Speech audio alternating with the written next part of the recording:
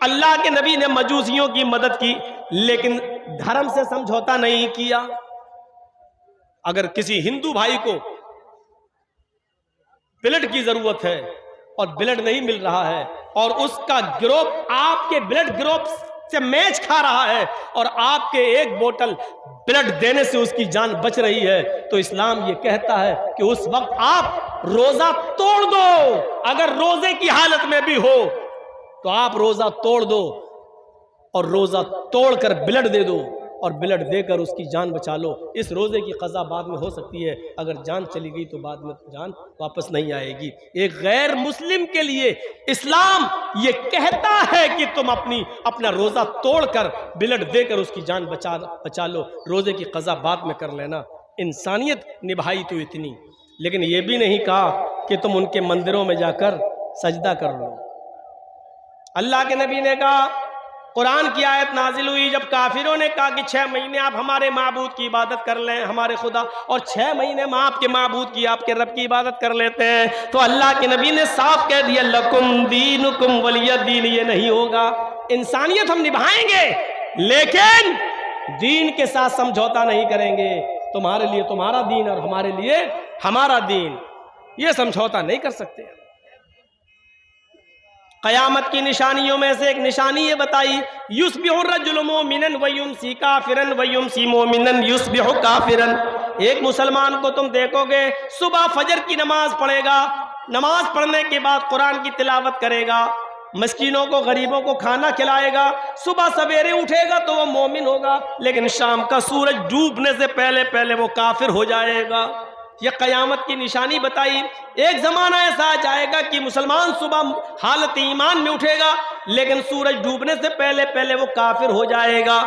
آج یہ چناؤ کا دور ہے اور دیکھ لیجئے آج چناؤ کے اس دور میں ایسا ہو رہا ہے یا نہیں ہو رہا ہے۔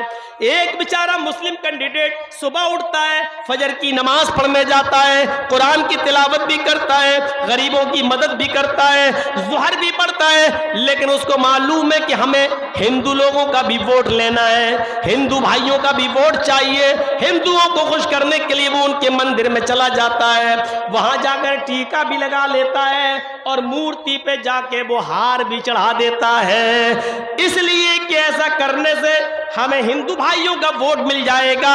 میرے بھائیوں، صبح وہ حالت ایمان میں اٹھا لیکن شام ہونے سے پہلے اس نے کفر کر لیا ہے۔ فرمایا اللہ کے نبی نے یہ قیامت کی نشانی ہوگی، ایک مسلمان حالت ایمان میں اٹھے گا لیکن شام ہونے سے پہلے وہ کافر ہو جائے گا۔ یبیع دینہ بعرض من الدنیا، دنیا کے چند سکوں کو حاصل کرنے کے لیے وہ اپنا دین بیچ دے گا، دنیا کے چند ٹکڑوں کو پانے کے لیے وہ اپنا دین کا سودا کر دے گا، دنیا کے چند سکوں کے لیے وہ اپنے دین کی سودے بازی کرے گا۔ اپنے معاشرے اور سماج پر ایسے مسلم کینڈیڈیٹوں پر نظر رکھو جو غیر مسلموں کا ووٹ پانے کے لیے ٹیکا بھی لگا رہے ہیں اور مورتیوں پر ہار بھی چڑھا رہے ہیں، اور دلیل کیا دیتے ہیں؟ ارے ہندو بھائی بھی تو کینڈیڈیٹ ہے، وہ بھی تو روزہ رکھ لیتا ہے یا افطار پارٹی میں آ جاتا ہے، وہ بھی تو ٹوپی لگا لیتا ہے، ہمیں کیا مطلب ہے؟ ہمیں اس سے کیا مطلب ہے وہ کیا کر رہا ہے؟ لیکن آپ کی شریعت آپ کو اجازت نہیں دیتی ہے کہ آپ مندر میں جا کر ٹیکا لگائیں۔ ٹیکا لگانا یہ مشابہت ہے غیر مسلم سے، اور من تشبہ بقوم فہو منہ، جو جس قوم کی مشابہت کرے گا قیامت کے دن اسی کے ساتھ اٹھایا جائے گا۔ مورتیوں پر پھول اور ہار و مالائیں نہیں چڑھائی جا سکتی۔ اگر آپ نے مندر میں کسی مورتی پر پھول اور مالائیں چڑھا دی تو معاف کیجئے گا بہت سے لوگ دلیل دے دیں گے جب آپ کا نیتا مورتیوں پر پھول اور ہار مالا چڑھا دیتا ہے تو ہم نے قبروں پہ اگر پھول چڑھا دیے تو کون سا جرم کیا ہے؟ ہم نے یا چادر چڑھا دی تو کون سا جرم کیا ہے؟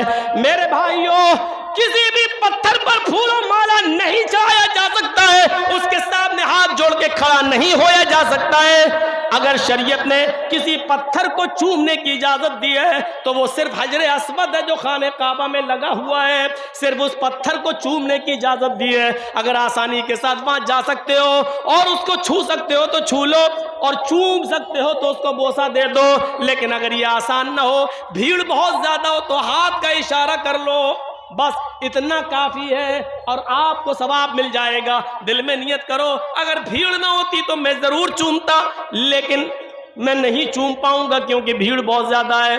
دائنا ہاتھ اٹھا کر اشارہ کر دیجئے اور اپنا چکر لگانا شروع کر دیجئے. اس پتھر کو ہی چوما جا سکتا ہے اور اس کا بوسہ لیا جا سکتا ہے, اس کے علاوہ کسی پتھر کو نہیں چوما جا سکتا.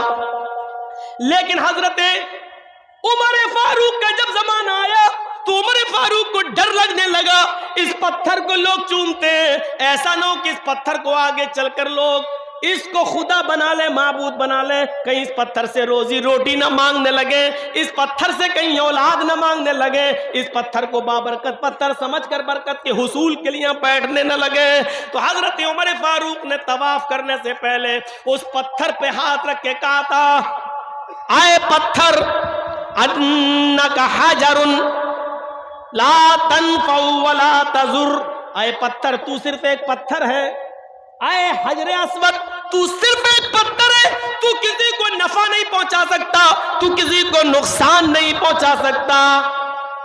تیرے اندر نفع دینے کی اور نقصان پہنچانے کی طاقت نہیں ہے. میں تو صرف تجھے اس لیے چومتا ہوں کیونکہ محمد رسول اللہ کو میں نے چومتے ہوئے دیکھا ہے. اگر میرے نبی نے تجھے نہ چوما ہوتا تو میں بھی تجھے نہیں چومتا. بس اے پتھر سن, تیرے اندر کسی کو کچھ دینے کی اور کسی سے کچھ چھیننے کی طاقت نہیں ہے. تو معبود نہیں ہے, تو خدا نہیں ہے, تو رب نہیں ہے. سوال یہ ہے کہ پھر میں تجھے چوم کیوں رہا ہوں؟ میں صرف اس لیے چوم رہا ہوں کیونکہ میرے نبی نے تجھے چوما, اس لیے ہم تجھے چوم رہے ہیں. تو میرے پیارے ساتھیوں, یہ کہہ کر لوگوں کو بتا دیا کہ یہ پتھر پتھر ہے, یہ رب نہیں ہے, یہ معبود نہیں ہے, یہاں چادر نہیں چڑھائی جائے گی, یہاں ہاتھ جوڑ کر کھڑا نہیں ہوا جائے گا, اس پتھر سے کسی قسم کی برکت کی امید مت رکھنا.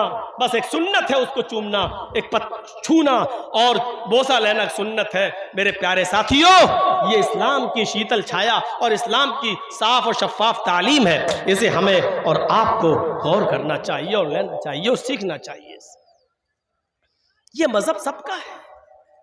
آؤ, اگر نماز ہے تو آپ کے یہاں پر بھی ہے, کلمہ ہے تو آپ کے یہاں پر بھی ہے, اگر زکوٰۃ دینے کا حکم دیا ہے اسلام نے تو آپ کے ہاں پر بھی دان و خیرات کا ہے. ثبوت و دانم دیکھتا, ہائے ارجن زیادہ سے زیادہ غریبوں مسکینوں میں دان دیا کرو, دان دینے سے پاپ مٹتے ہیں. اگر ہمارے یہاں روزہ ہے تو آپ کے یہاں پر بھی ورت ہے. ہاں, ایک فرق ضرور ملتا ہے, ہمارے یہاں مرنے کے بعد انسان دوبارہ کتا بلی چوہا نہیں بنتا ہے, اور آپ کے یہاں مرنے کے بعد آواگمن ہے. اچھے کرم کیے ہوں گے تو پھر سے منشیہ بنا کر پیدا کیا جائے گا, لیکن برے کرم کیے ہوں گے تو اپنے اپنے کرموں کے مطابق انسان کو سزا ملے گی. منوسمرتی پڑھیے, ایک ایک گناہ کی سزا لکھی ہوئی ہے. 2-3 سزائیں مجھے یاد ہیں. رشوت کھاؤ گے تو کتے کا جنم ہوگا,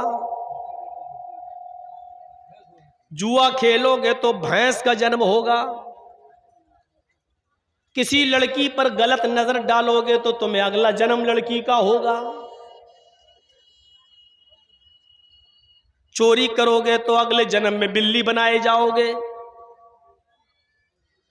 یہ ہمیں یاد ہے منوسمرتی کے, ورنہ اس میں بہت کچھ لکھا ہوا, یہ کرو گے تو آلو بنو گے, یہ کرو گے تو. ان انگریزوں نے مجھے 1 منٹ کا ٹائم دیا ہے, لہذا بھارت کی کنڈیشن یہ ہے, ہمیں یوں کرنا ہے.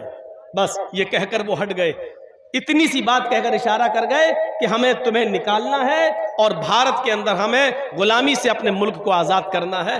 1 منٹ میں وہ اپنی بات کہہ گئے. اچھا خطیب, اچھا مقرر, اچھا مولوی وہ ہوتا ہے جو کم سمے میں بھی اپنی بات کہہ لے جاتا ہے.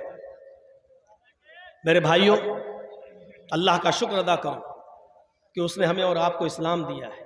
اسلام نام ہی ہے وقت کی پابندی کا. دیکھ لیجیے آپ, فجر کی نماز اس کا ایک وقت ہے, ظہر کی نماز اس کا ایک وقت ہے, عصر کی نماز اس کا ایک وقت ہے, مغرب کی نماز اس کا ایک وقت ہے, عشاء کی نماز اس کا ایک وقت ہے. یہ بھی کہہ دیا گیا اس وقت پر آؤ نماز پڑھو, اور یہ بھی کہا بلا کسی عذر شرعی کے اگر آپ نے وقت کی پابندی نہیں کی تو آپ گناہ گار بھی ہوں گے. عذر شرعی ہونا چاہیے. بخار آ گیا، بیمار ہے، آنکھ لگ گئی، سو گئے، نہیں اٹھ پائے. یہ بھی نہیں کہا کہ پانچوں وقت کی نماز آپ ایک ہی ٹائم میں پڑھ لو. چلیے ہم کھڑے ہو گئے، اللہ اکبر، نماز ہی تو پڑھنا ہے، فجر کی نماز ہم ابھی پڑھ لیتے ہیں، نہیں ہوگی. ظہر کی نماز بھی، پانچوں نماز ہم اکٹھی پڑھ لیتے ہیں، چلیے نہیں ہوگی. کیوں نہیں ہوگی؟ اسلام ہمیں نماز کا نہیں، ہمیں وقت کا پابند بنانا چاہتا ہے.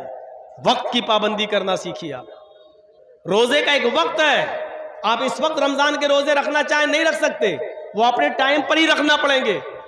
سردی ہے تو دن چھوٹا ہو جائے گا، گرمی ہے تو دن بڑا ہو جائے گا.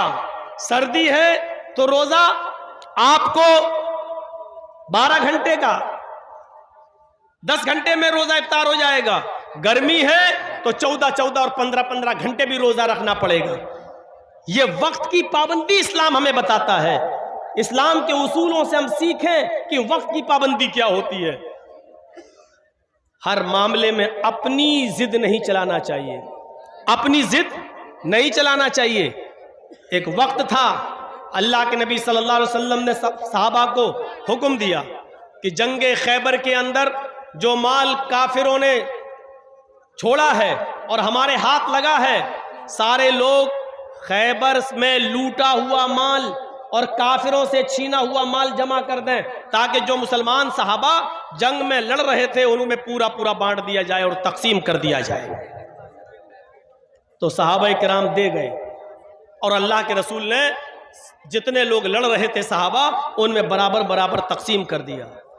جانتے ہو ایک صحابی 1 مہینے کے بعد ایک چادر لے کر آئے اور کہا اللہ کے رسول جنگ خیبر میں کافروں کے ہاتھ سے جو مال لگا اس میں یہ چادر بھی تھی، یہ خوبصورت چادر تھی، اس پر میری نیت خراب ہو گئی تھی اس لیے میں نے اس کو اپنے پاس رکھ لیا تھا، میں اب دینے آیا ہوں. اللہ کے نبی نے سنا تو فرمایا کیا تم نے اعلان سنا تھا؟ مال جمع کرنے کا حکم دیا گیا تھا تو سنا تھا؟ کہا ہاں. تو اللہ کے رسول نے کیا کہا؟ اس اعلان کو سننے کے باوجود تم چادر نہیں جمع کیے؟ کہا نہیں.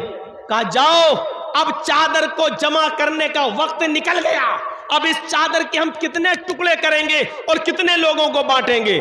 اب یہ چادر تمہاری قبول نہیں کی جائے گی کیونکہ اعلان کیا جا چکا ہے، وقت اس کا نکل چکا ہے، تم نے اپنے وقت سے اندر چادر جمع نہیں کی ہے، اب اس چادر کو قیامت کے دن لے کر آنا. اللہ کے رسول نے اس چادر کو قبول نہیں کیا. وہ صحابی برابر نماز پڑھتے رہے، روزہ رکھتے رہے، ساری عبادتیں کرتے رہے، تہجد پڑھتے رہے، ہر چیز کی پابندی کرتے رہے.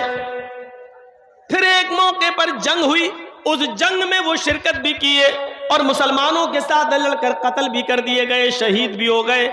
صحابہ نے کہا ان کے لیے خوشخبری ہے.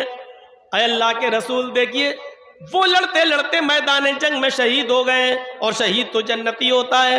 اللہ کے نبی نے فرمایا لیکن وہ جنتی نہیں ہے. لڑتے لڑتے شہید ہو گئے، ان کے بارے میں کہا وہ جنتی نہیں ہے. آپ نے فرمایا ان الشملۃ التي اخذها يوم خیبر لتشتعل علیہ نارا. یہ ہے بخاری شریف کی حدیث کے الفاظ. جو چادر انہوں نے تقسیم ہونے سے پہلے لے لی تھی اور اعلان ہو جانے کے بعد جمع نہیں کی، اپنے وقت کے اندر انہوں نے اس چادر کو جمع نہیں کیا، وہ چادر جہنم کی آگ بن کر ان کے اوپر بھڑک رہی ہے. اس چادر کی امانت میں خیانت کرنے کی سزا جب تک یہ جہنم میں پا نہیں لیں گے تب تک یہ جنت میں نہیں جائیں گے. وہ چادر اس صحابی کے اوپر جہنم کی آگ بن کر بھڑک رہی ہے. وقت کی پابندی دیکھیے آپ کیا ہوتی ہے. انہوں نے وقت کے اندر چادر جمع نہیں کی، 1-2 مہینے کے بعد جب لے کے آئے تو اللہ کے رسول نے فرمایا کہ جاؤ اب یہ چادر قبول نہیں کی جائے گی، قیامت کے دن لے کے آنا. وقت کی پابندی کرنا سیکھیے. ایک ایک منٹ بہت قیمتی ہے. دنیا میں سب سے زیادہ ناکام اور ناکارہ وہ انسان ہے جو وقت کی پابندی نہیں کرتا ہے. نبی اکرم صلی اللہ علیہ وسلم نے ایک حدیث کے اندر 4-5 چیزیں گنائی ہیں.